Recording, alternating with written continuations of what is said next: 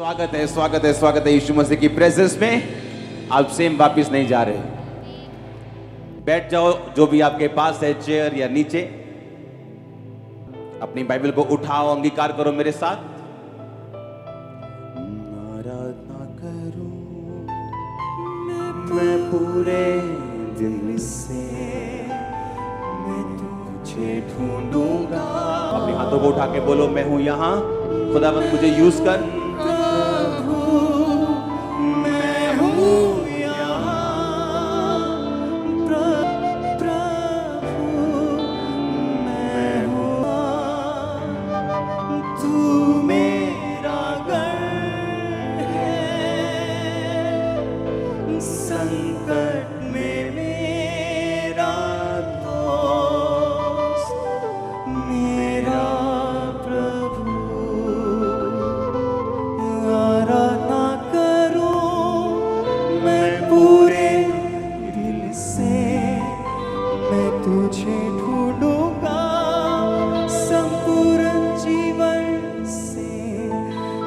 सेवा करूंगा मेरी सारी चीजों से, मैं हूँ यहाँ,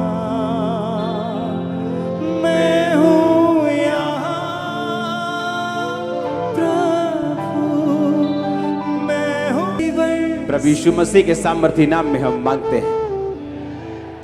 आज का वचन आपको सेम नहीं रहने देगा। आप सेम वापिस नहीं जा रहे हो। आपका परिवार, आपका जुड़ा हुआ फाइनेंस, कुछ भी जो भी आपके साथ अटैच है चीजें, आज आप सेम नहीं जा रहे हो। वापिस एक नई शुरुआत के साथ जा रहे हो। और ये प्रोफेसी है, ये वर्ड नहीं आमीन हो चाह तो ये आपकी है। हालेलुया, ऊंची आवाज में बोलो हालेलुया।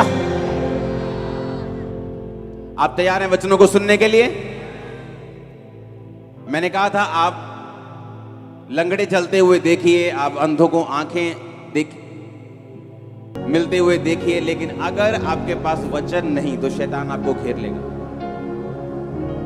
पता है कि नहीं पता? अपनी आंखों के सामने मैंने कहा, चाहे आप लंगड़े चलते हुए देखिए। आपने हजारों टेस्टिमनी सुनी, आज आपने थर्सडे सुनी, आप हर संडे सुनते हैं, हाँ या ना?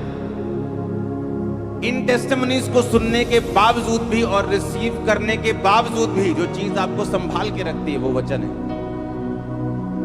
और वचन कितने प्रकार का? दो तरह का। एक है रेमा वचन, एक है लोगोस। रेमा वचन किसे बोलते हैं? जो परमेश्वर खास आपको देता है। जैसे मुझे दिया था, हे मेरे प्रिय भाइयों, हियाव बांधो, दृढ़ रहो, क्योंकि मसीह में की गई मेहनत कभी व्यर्थ नहीं जाती। आप मेरी बात समझ रहे कि नहीं? वो मेरा रेमा वचन था। अपने पड़ोसी को बोलो, तेरा रेमा वचन क्या है? वो तेरी हेल्प करेगा परमेश्वर से वो चीजें लेने के लिए जो परमेश्वर चाहता है। उसे क्या कहते हैं? रेमा वचन। जो कैसे मिलता है आपको? आप जब लगातार बाइबल पढ़ते हैं, रोज परमेश्वर के वचन के साथ जब आप जुड़ते हैं, परमेश्वर आपको रेमा वचन देता है। पतरस को मिला, पतरस ने कहा, परमेश्वर अगर तू ही है तो मुझे रेमा वचन दे, यानी तू मुझे मुंह से बोल कि तू पानी पे चल के मेरे पास आ। और बाइबल कहती है यीशु मसीह ने कहा आ जा, तो पतरस पानी पे चलने लगा। रेमा वचन आपको असंभव कर देता आपकी लाइफ में। इम्पॉसिबल पॉसिबल कर दे। जो रिपोर्ट है ना आपके हाथ में इम्पॉसिबल वाली, ठीक नहीं हो सकती, पॉसिबल होगी आज इस फायर से। ये रेमा वचन कर सकता है। आमीन। उसने मेरी लाइफ में किया जब मैं निराशा में था और लगता था कि यीशु मसीह से भी ये काम नहीं हो सकता, लेकिन परमेश्वर में चल रहा था कि चलते अब और कोई रास्ता नहीं है। मुझे जीवित परमेश्वर के बारे में मालूम है, यही वो जीवित परमेश्वर जो मुझे मिला है। लेकिन रेमा वचन मिलने के बाद कि हे मेरे प्रिय भाइयों, हियाव बांधो, दृढ़ रहो, क्योंकि रोज 2 घंटे मुझे बाइबल पढ़नी पड़ती थी। इसलिए नहीं कि मैं परमेश्वर से बहुत प्यार करता था, इसलिए क्योंकि वो बाइबल पढ़ने से मेरे मेंटली अपसेट के जो दौरे, अटैक थे, वो कम हो जाते थे। तो मुझे बाइबल पढ़ना मेरी मजबूरी थी। बाइबल पढ़ने से मुझे आराम मिलता था और दुष्ट आत्मा के अटैक कम हो जाते थे, और इसीलिए मैं बाइबल पढ़ता रहता था। और जब बाइबल पढ़ने की आदत पड़ गई, बाइबल पढ़ते पढ़ते एक वचन मेरे सामने आया और मुझे लगा कि नहीं, ये वचन आम वचन नहीं है, परमेश्वर ने मुझसे आज खास बात की है। और उसी वचन के जरिए मैंने मेहनत करनी शुरू की और आज मैं आपके सामने हूँ। आमीन। मेरे लिए वो वचन था, आपके लिए कोई भी हो सकता है। किसी के लिए कोई भी वचन रेमा वचन बन सकता है। रेमा वचन वही बाइबल का लिखा हुआ वचन ही होता है, लेकिन जब आप रोज बाइबल पढ़ते हैं, एक दिन कोई ना कोई वचन ऐसा होता है जो आपके दिल में घर कर जाता है और आपको मालूम होता है कि ये आज मैंने सिंपल वचन नहीं पढ़ा, आज परमेश्वर ने इस वचन के जरिए खास मुझसे बात की। लेकिन लोगोस वचन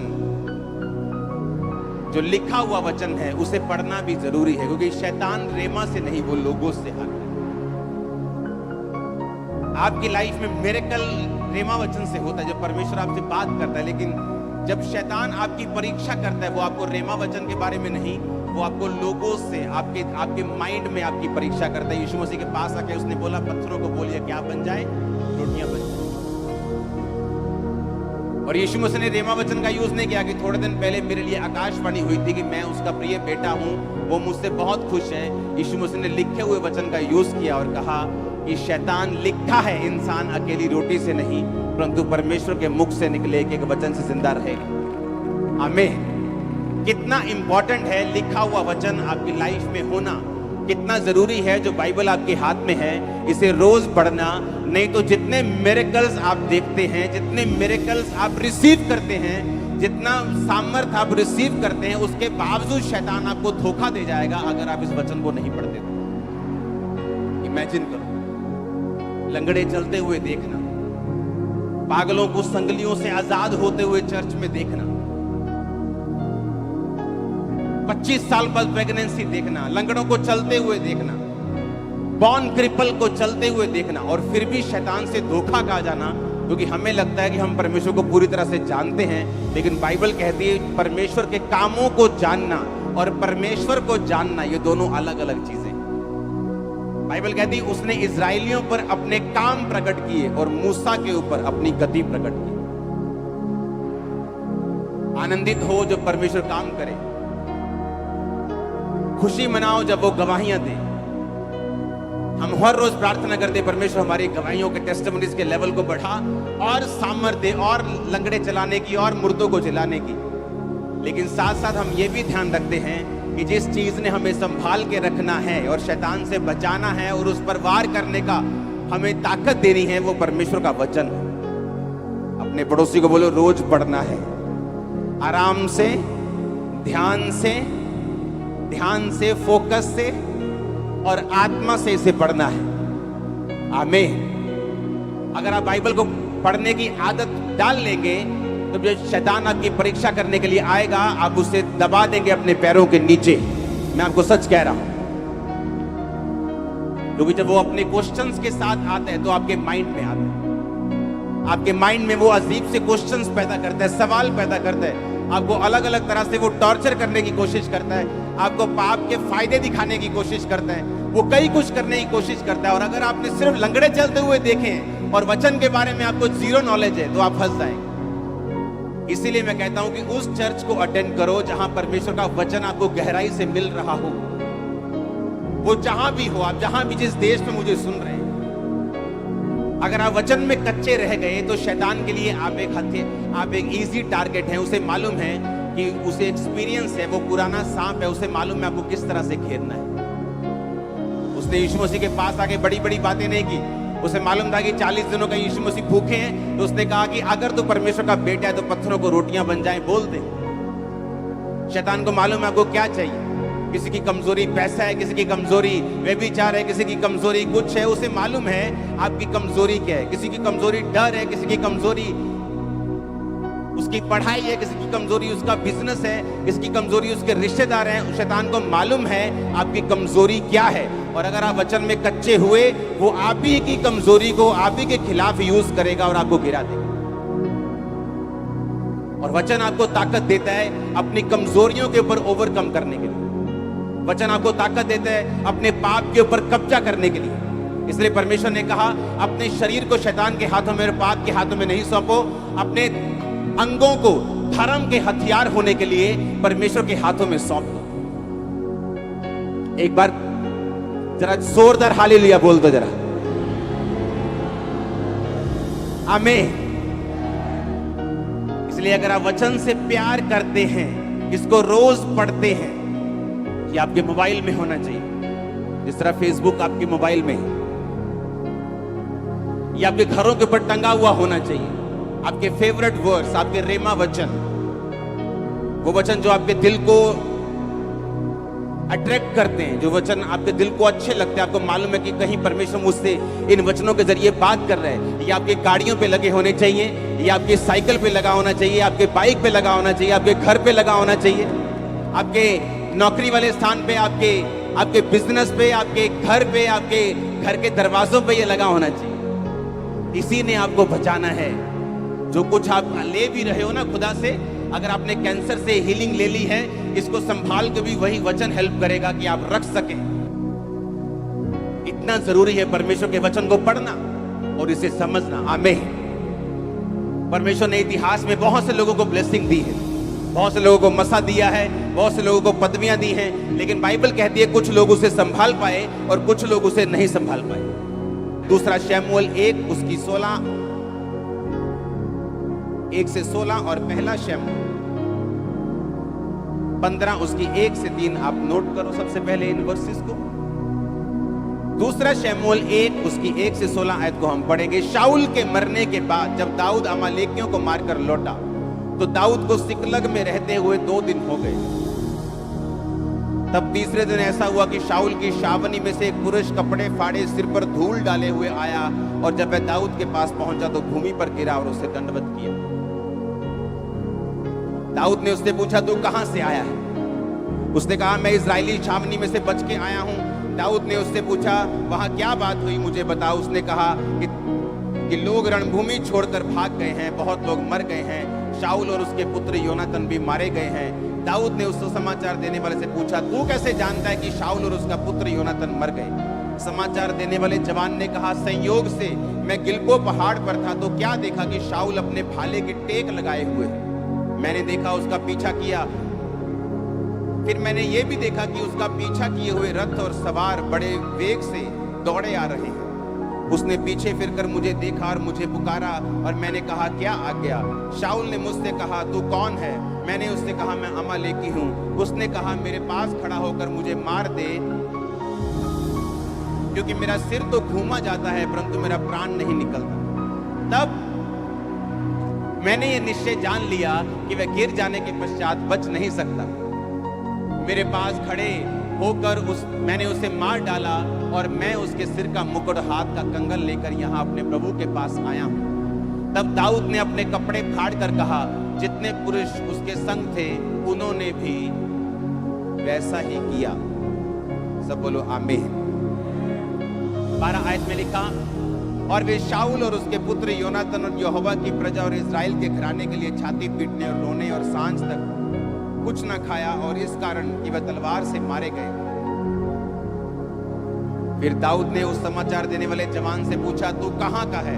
उसने कहा मैं तो परदेसी का बेटा अर्थात अमालेकी हूं। दाऊद ने उससे कहा तू यहोवा के अभिषिक्त को नष्ट करने के लिए हाथ बढ़ाने से क्यों नहीं डरा?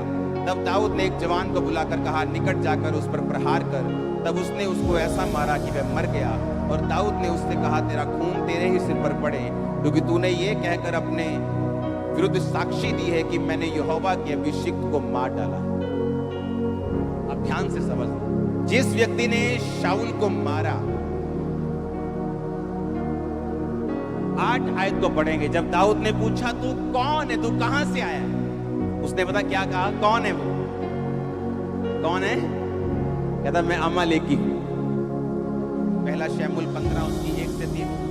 शमूएल ने यानी भविष्यद्वक्ता ने शाऊल से कहा यहोवा ने अपनी प्रजा इजराइल पर राज्य करने के लिए तेरा अभिषेक करने को मुझे भेजा था, इसलिए अब यहोवा की बातें सुन ले। सेनाओं का यहोवा यूं कहता है कि मुझे याद है कि अमालेकियों ने इजराइलियों से क्या किया। जब इजराइली मिस्र से आ रहे थे तब उन्होंने मार्ग में उनका सामना किया। इसलिए अब जाकर अमालेकियों को मार, जो कुछ उनका है उसे बिना कोमलता किए नष्ट कर। क्या पुरुष, क्या स्त्री, बच्चा, दूध पीता, क्या गाय, बैल, भेड़, बकरी, क्या ऊंट, क्या गधा, सबको मार।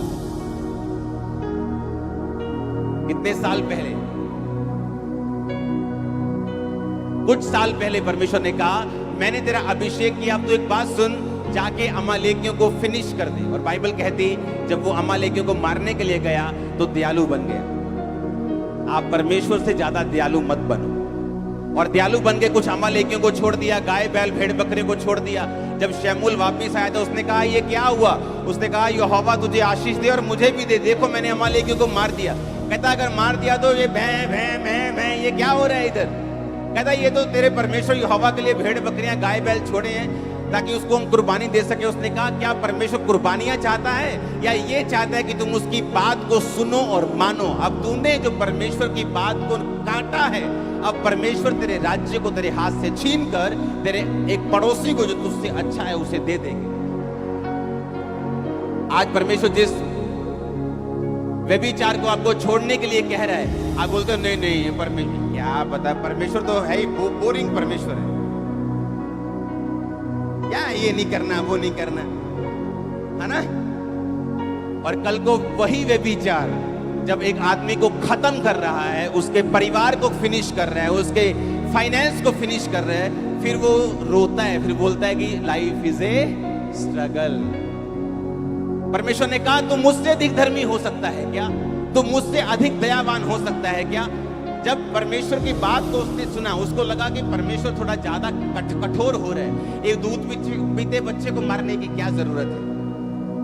लेकिन परमेश्वर जानता था कि जिस वंश को तू छोड़ रहा है वही वंश तेरे सामने खड़ा होगा और वही तुझे मार देगा। और इसलिए दाऊद ने जब कहा तू कौन है, तूने जो शाऊल का सिर काट दिया और उसको मार दिया, तू कौन है, तू कहां से आया? दाऊद को शक हुआ, उसने जानबूझ के उसने एक स्पिरिचुअल क्वेश्चन पूछा, तू कौन है, तू कहां से है? उसने कहा मैं अमालेकी हूं। दाऊद को याद आया कि ये वही अमालेकी है जिसको मारने के लिए परमेश्वर ने शाऊल से बोला था और वो फेल हो गया था, आज उसी ने उसको मार दिया। आज वही ड्रामा सीरियल जो परमेश्वर देखने के लिए मना करते हैं, 4 साल बाद जब वही ड्रामा घर में शुरू होता है तो दुखी होते लोग। आप मेरी बात समझ रहे कि नहीं? अगर परमेश्वर आपको कोई चीज करने के लिए बोलता है तो आप परमेश्वर से ज्यादा समझदार बनने की कोशिश मत करो। आप परमेश्वर से ज्यादा धर्मी बनने की कोशिश मत करो। आप परमेश्वर से ज्यादा ताकतवर बनने की, समझदार बनने की कोशिश मत करो। जो परमेश्वर का वचन कहता है हमें वो करना है। और बाइबल कहती है, उसने कहा मैं तो अमालेकी हूं। उसने कहा वही अमालेकी जिसको परमेश्वर ने कहा था कि इनके सभी लोगों को खत्म कर दे क्योंकि ये इजराइल के दुश्मन हैं। अगर ये रहेंगे तो इजराइल के वंश से जो परमेश्वर यीशु मसीह ने आना है वो नहीं आ पाएगा। अब हमारा युद्ध मांस और लहू से नहीं, हम अब जानते हैं, हाँ या ना? लेकिन तब परमेश्वर इजराइल को वंश को बचाने के लिए कि यीशु मसीह धरती पे आ सके, उनको अलग अलग तरह से हुक्म और आज्ञाएं देते थे, उनको अलग अलग तरह से बचाते थे। ये परमेश्वर की मर्जी थी उनकी जिंदगियों में। लेकिन जब इंसान परमेश्वर के काम को, उसके वचन को समझने में अपनी दिमागी बुद्धि का प्रयोग करता है और फेल हो जाता है, लेकिन आने वाले समय में उसे मालूम होता है ओहो परमेश्वर ने तो मुझसे ये कहा था लेकिन मैं ही करने में इसे फेल हो गया। हालेलुया।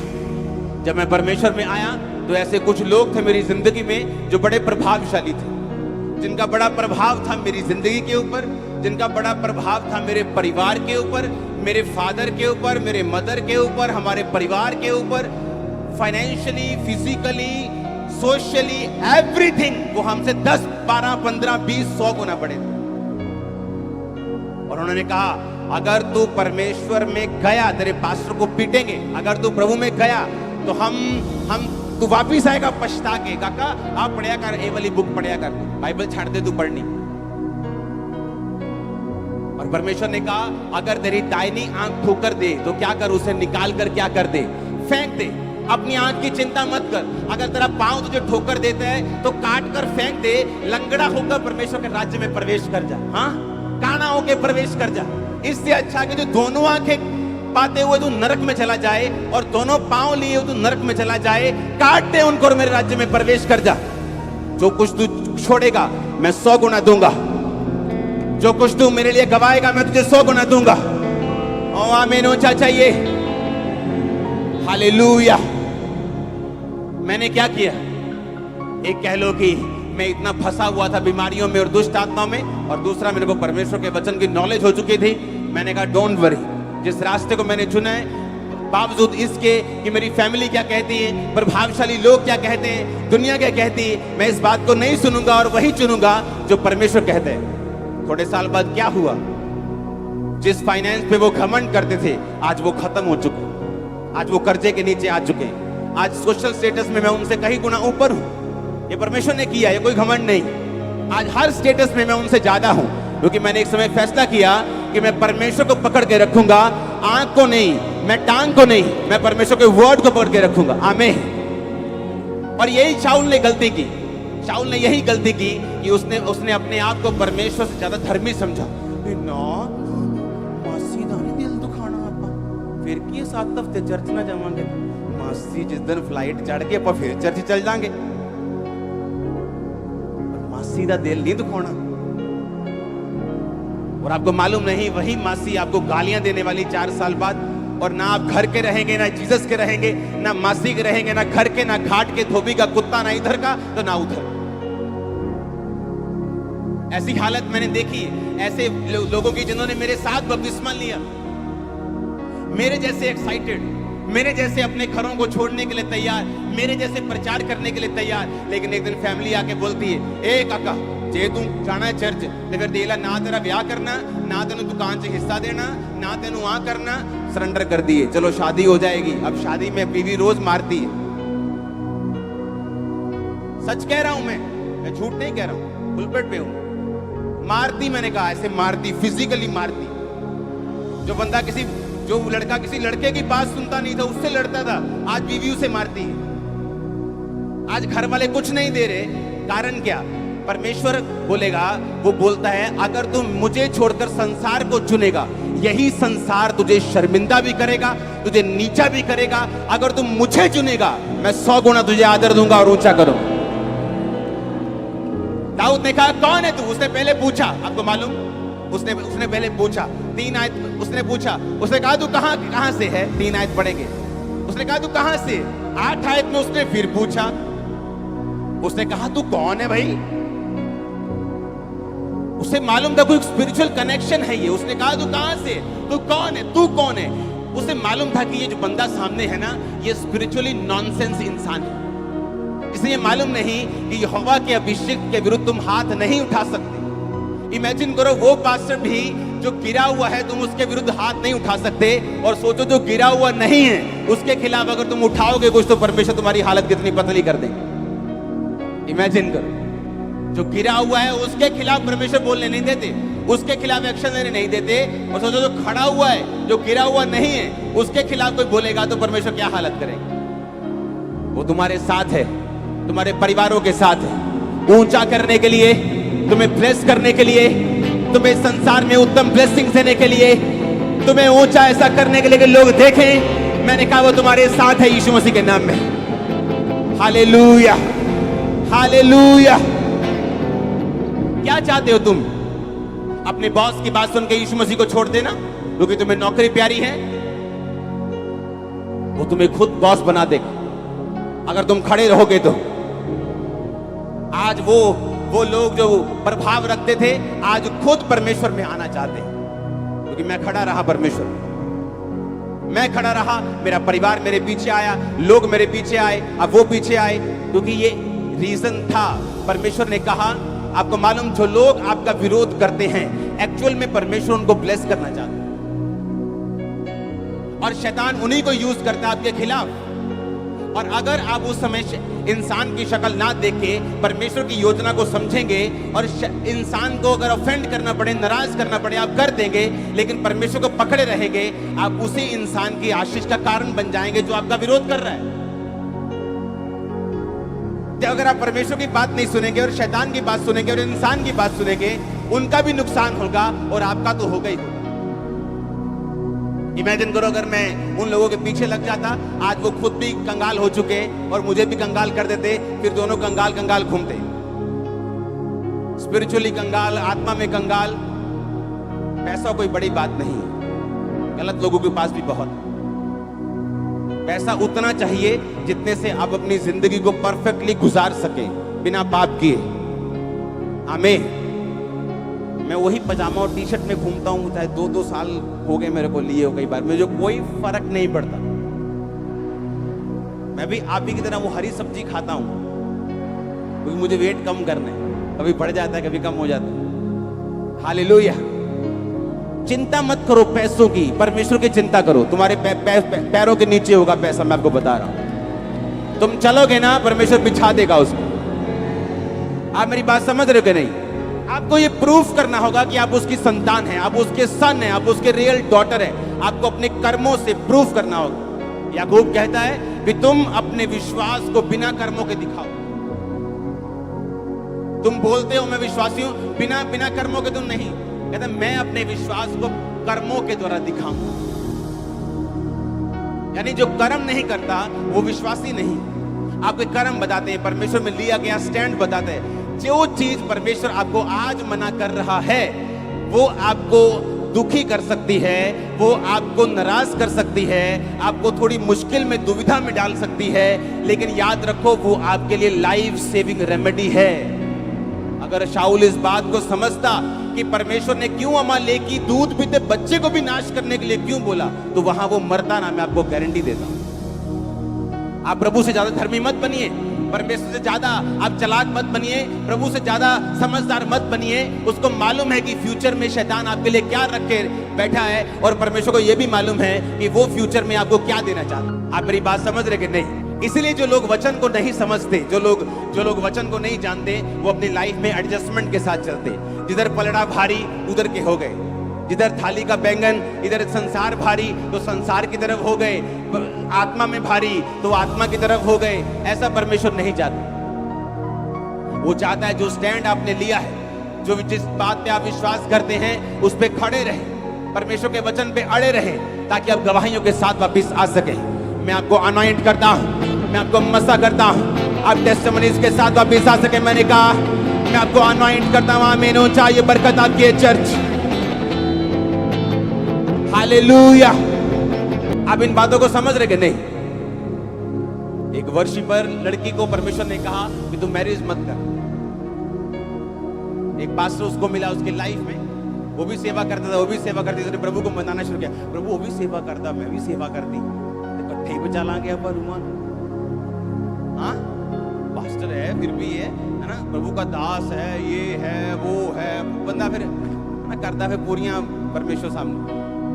शादी हो गई, अब उसे मालूम था मैरिज होने के बाद वो यूज नहीं हो रही, प्रीच तो कर रही है लेकिन उस तरह से इस्तेमाल नहीं हो रही, क्योंकि परमेश्वर का हुक्म था। सबको ये हुक्म नहीं है।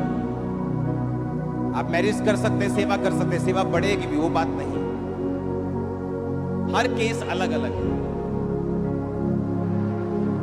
और जब सालों साल इस्तेमाल नहीं हुई, मैरिज भी फेल हो गई, एक दिन आया डाइवोर्स हो गया, बुढ़ापे में जाके इस्तेमाल हुई, उसकी सेवकाई से बेनीहीन बचा।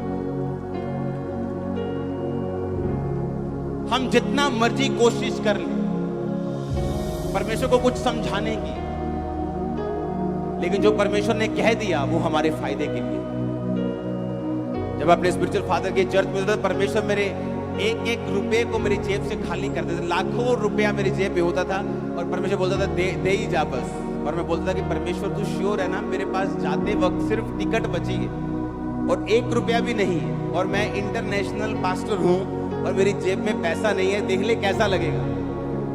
और परमेश्वर कहता था देता जा, और मैं आते जब पहुंच जाता था थैंक्स करके कि पहुंच गए, भी जलंधर पहुंच गए। आके मैं बोलता था कि अब हम 2 गुना 3 गुना बढ़ेंगे। लोगों को लगता था ऐसा क्या कराए हो तुम 2-3। मुझे मालूम था मैं परमेश्वर के वर्ड को, उसके बात को फॉलो कर आया हूं। मैं प्रार्थना में रहा हूं, मैंने परमेश्वर के वचन को इग्नोर नहीं किया। अब हम बढ़ेंगे। रिकॉर्ड ब्रेकिंग गैदरिंग्स होती थी, लोगों की समझ में नहीं आता था कि ये हो क्या रहा है। वो एक नतीजा था पीछे बैकग्राउंड में परमेश्वर की आवाज को सुनने का और उसकी आवाज को मानने का। आमीन। अगर आप परमेश्वर की फिर आवाज को सुने, फिर कंप्यूटर में आपको गैदरिंग्स बनाने की जरूरत नहीं है। हालेलुया। फिर कैमरा एंगल घुमाने की जरूरत नहीं, फिर आपको मालूम है कि आप क्या कर रहे हो। आप मेरी बात समझ रहे कि नहीं? अगर आपने वचन को समझ लिया, अगर आपने ये समझ लिया कि परमेश्वर मेरी लाइफ में क्या चाहते हैं, और आपने उसे फॉलो करने का फैसला कर लिया कि मैं इसी चीज को फॉलो करूंगा, मेरी बुद्धि परमेश्वर से ज्यादा नहीं है, मेरी समझ उससे ज्यादा नहीं है, मेरा स्टैंड, मेरी दूरदर्शिता उससे ज्यादा नहीं है, जितना प्रभु दूर देख सकता है मैं नहीं देख सकता। बंद कर दो हिसाब किताब से चलना, परमेश्वर के लिए खुले ओपन में चलो, दिलेरी के साथ चलो, वो आपके साथ खड़ा होगा। मैं सच कह रहा हूं आपको, आप किसी इंसान के लिए स्टैंड लो, वो मुकर सकता है, परमेश्वर नहीं मुकर सकता। वो पीछे नहीं हट सकता। वो सर्वशक्तिमान परमेश्वर है। उस पतरस ने कहा, परमेश्वर हम सब कुछ छोड़ के तेरे पीछे हो लिए, हमें क्या मिलेगा? यीशु मसीह ने कहा, एक भी नहीं, ऐसा एक भी केस नहीं होगा। उसने नहीं कहा कि बहुत है जो मेरे पीछे चलेंगे, उसने ये नहीं कहा। उसने कहा एक भी ऐसा नहीं जो मेरे पीछे चले और इस समय 100 गुना ना पाए। घरों समेत जो उसने छोड़ दिए थे, खेतों समेत जो उसने छोड़ दिए थे, अपने माता, अपने पिता, अपने भाई, अपने बहन, अपने बीवी, अपने बच्चे, सब कुछ उसने कहा अगर तू 1 एकड़ छोड़ेगा, परमेश्वर ने कहा तू 100 गुना पाएगा। अब बीवी मत छोड़ देना, हाँ कि 100 बीवियां मिलेंगी। आप समझ रहे मेरी बात? उसने कहा जो कुछ तू छोड़ेगा मैं तुझे कितना दूंगा।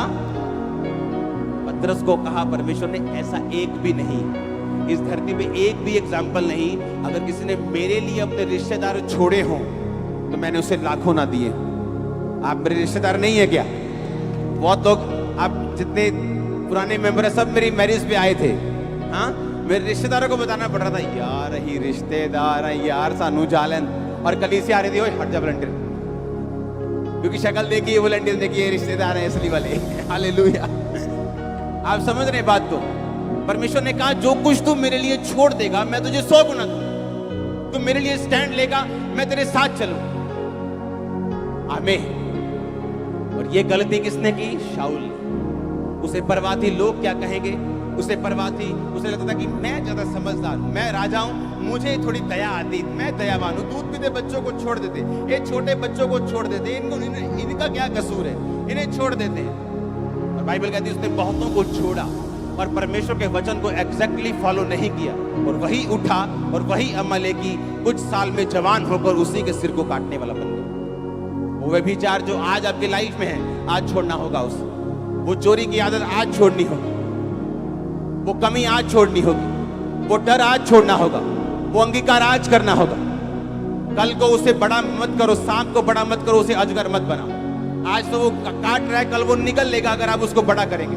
परमेश्वर नहीं चाहता वो कोई भी चीज जो आपको करने के लिए कहता है उसमें आपका फायदा है। जो भी चीजें वो आपको करने के लिए कहता है वो आपको बचाने के लिए है, आपके परिवार को सेव करने के लिए है, आपके राज्य को स्थिर करने के लिए है। आमीन। ऊंचा ये बरकत तुम्हारी है चर्च। Hallelujah, hallelujah. उसने कहा मैं तो अमालेकी। दाऊद ने कहा अब मुझे समझ आया तू अमालेकी है। और शाऊल का प्राण नहीं निकल रहा था क्योंकि उसका प्राण निकलना नहीं था, उसने मरना नहीं था। परमेश्वर ने अमालेकी को भेजा कि वही अमालेकी जो तूने मारने से मना कर दिया था अब तेरे प्राण को लेगा। हालेलुया। किस चीज को पाल रहे हैं हम? क्या वो डर है? क्या वो रिश्तेदारों का डर है? क्या वो समाज का डर है? क्या वो व्यभिचार है? क्या वो पाप है? क्या वो शराब है? आज के 2 पैकल की 2 बोतल बन जाएंगे, क्या वो है?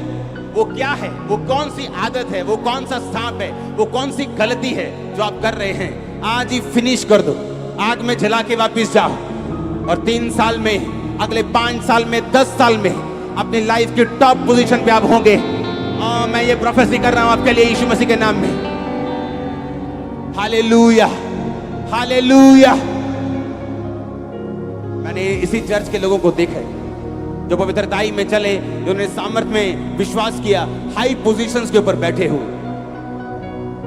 आम से लोग बन के एंट्री की थी चर्च में, आज उनकी लाइफ चेंज हो चुकी है, परिवार चेंज हो चुके हैं, स्टेटस चेंज हो चुके हैं, फाइनेंस बदल चुके हैं, सब कुछ चेंज हो चुके हैं। Hallelujah, hallelujah.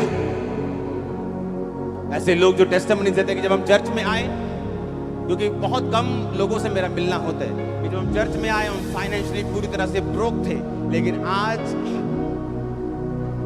हमारे पास इतनी ब्लेसिंग है, इतनी ब्लेसिंग है, इतनी ब्लेसिंग है, हमारे बैंक्स भरे हुए हैं इसी चर्च के मेंबर्स। सिर्फ फॉलो किया कि हम 4 साल से फॉलो कर रहे हैं, हम 5 साल से फॉलो कर रहे हैं। जो परमेश्वर करने के लिए बोलता है उसका रिजल्ट बाद में आता है। वो आपको प्रार्थना करने के लिए बोलता है, पाप छोड़ने के लिए बोलता है, बोने के लिए बोलता है, एकदम से आपकी लाइफ में रिजल्ट नहीं आता, लेकिन वो धीरे धीरे रिजल्ट आता है। लेकिन जब आता है तो पक्का आता है। जब वो घर बनाता है चट्टान के ऊपर तो वो सदा के लिए होता है, वो टेम्परेरी नहीं होता। आप उस घर में रहेंगे, आपके बच्चे रहेंगे, आपके पोते रहेंगे। आप मेरी बात समझ रहे कि नहीं? मैं ईंटों वाले घर की बात नहीं कर रहा हूं, मैं आपकी लाइफ के घर की बात कर रहा हूं, उस फाउंडेशन की बात कर रहा हूं जो आप परमेश्वर के वचन से अपनी लाइफ के लिए बना रहे हैं और अपने परिवार के लिए बना रहे हैं। आमीन आमीन। दाऊद अपनी लाइफ के पूरी उम्र तक बुढ़ा होके, रिटायर होके, परमेश्वर में सो के गया। उसकी गद्दी से उतारने वाला दाऊद को कोई जन्मा नहीं था। क्यों? हर वक्त परमेश्वर की बात को सुनता था। उसने गलती भी की, उसको सजा भी मिली, लेकिन परमेश्वर की हुजूरी में जाना उसने नहीं छोड़ा। परमेश्वर की प्रेजेंस में गया, माफी को मांगा, हमेशा खुदाबंद की प्रेजेंस में रहता था। और बाइबल कहती है रिटायर होके गया। एक राजा का रिटायर होना, 66 लड़ाइयां लड़ना और 66 जीतना, इकोनॉमी का फिर भी ना गिरना और फिर भी रिटायर होके जाना, एक भी गलत योजना का उसके खिलाफ पास ना होना, ये परमेश्वर का हाथ था उसके सिर के ऊपर, जो मैं आप लोगों के सिर के ऊपर देख रहा हूं, जो मैं आपके परिवार के सिर के ऊपर, आपके फाइनेंस के सिर के ऊपर देख रहा हूं। आमीन। ऊंचा ये बरकत आपकी है चर्च। कुछ भी हो जाए, बोलो पड़ोसी को, कुछ भी हो जाए, उसके वचन को मत छोड़ना। आमीन। अब मुझे एक क्वेश्चन का आंसर दो। जब शाऊल ने अमालेकियों को नहीं मारा और परमेश्वर ने कहा आज से तू राजा नहीं, क्या उसी दिन से वो राजा हट गया था गद्दी से? अगले साल, उससे अगले साल नहीं, लंबे समय तक फिर भी वो उस गद्दी पे रहा। 14-15 साल तक रहा होगा और परमेश्वर की आंखों में वो राजा नहीं था। और दुनिया के निगाह में वो क्या था? आज दुनिया की निगाह में लोग पास्टर हैं, प्रॉफिट है, लेकिन परमेश्वर की निगाह में नहीं है, प्रभु की निगाह में नहीं है। मैं आपको बता रहा हूं, लोगों की निगाह में है, लोगों को मालूम नहीं। प्रजा के लिए वो शाऊल अभी भी राजा था, अभी भी राजा था, लेकिन परमेश्वर की निगाह में वो राजा नहीं था। आप जब कोई गलत काम करते हैं, पाप करते हैं, आपकी एकदम से ब्लेसिंग्स उड़ नहीं जाती, एकदम से अगले दिन आप लंगड़े नहीं हो जाते, लेकिन आप अपनी डिस्ट्रक्शन की, अपनी तबाही की तैयारी कर रहे होते। आपको लगता है कि नहीं, थोड़ा हिसाब से चलना चाहिए, लेकिन परमेश्वर को मालूम है वो आपको बचाना चाहता है, वो आपको सेव करना चाहता है, वो आगे देख सकता है, उसे मालूम है आगे क्या है। आमीन। अपने हाथों को उठाओ, ऊंची आवाज बोलो थैंक यू जीसस। फिर से ऊंची आवाज में बोलो ये वचन मैं मानता हूं, तुझे फॉलो करने का वायदा करता हूं। मांगो ऊंची आवाज में थैंक यू जीसस बोलते हुए।